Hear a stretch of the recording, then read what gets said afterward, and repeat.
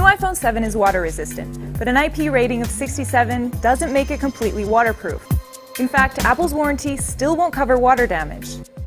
So spills and splashes may be okay, but anything past that will be at your own risk. Or, in this case, ours. If you've already seen our scratch test, you may recognize this guy. This is an iPhone 7 that has already been through a little bit of torture, but we took it to the Apple Store and they confirmed it is only cosmetic damage and that it wouldn't affect the water resistance. So let's test Apple's actual claim that this thing has an IP67 rating. That should mean it can survive immersed in 1 meter of water for up to 30 minutes.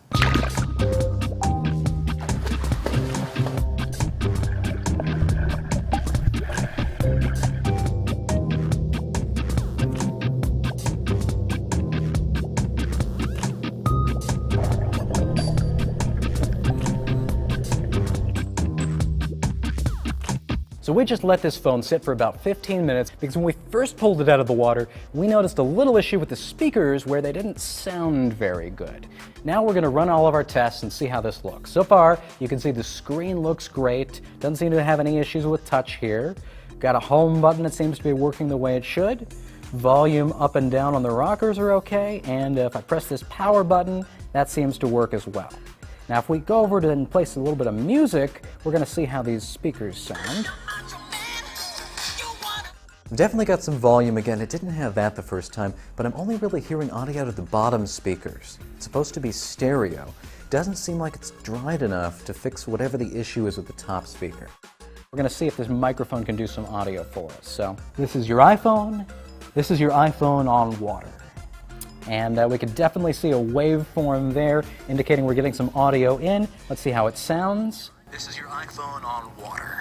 Yep, we're definitely getting some audio out. It sounds a little bit staticky though, and I'm still getting nothing from the top speaker. So already we're running into a little bit of an issue. Apple recommends letting it dry out for at least 5 hours after it's been exposed to this much water. But we continued with some real-world testing, starting with underwater photography.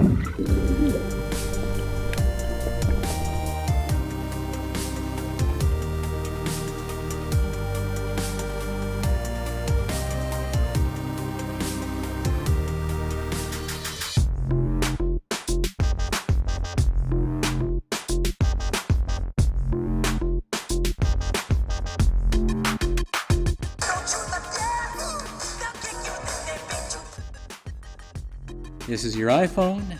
This is your iPhone on water. This is your iPhone. This is your iPhone on water. Up next, whoops, the dunk test. In case your phone happens to fall into the deep end.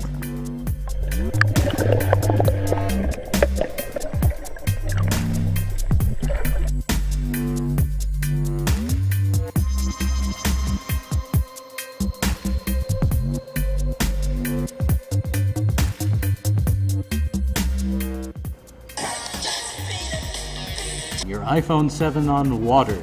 Your iPhone 7 on water. We haven't drowned it yet, so let's try the swim test.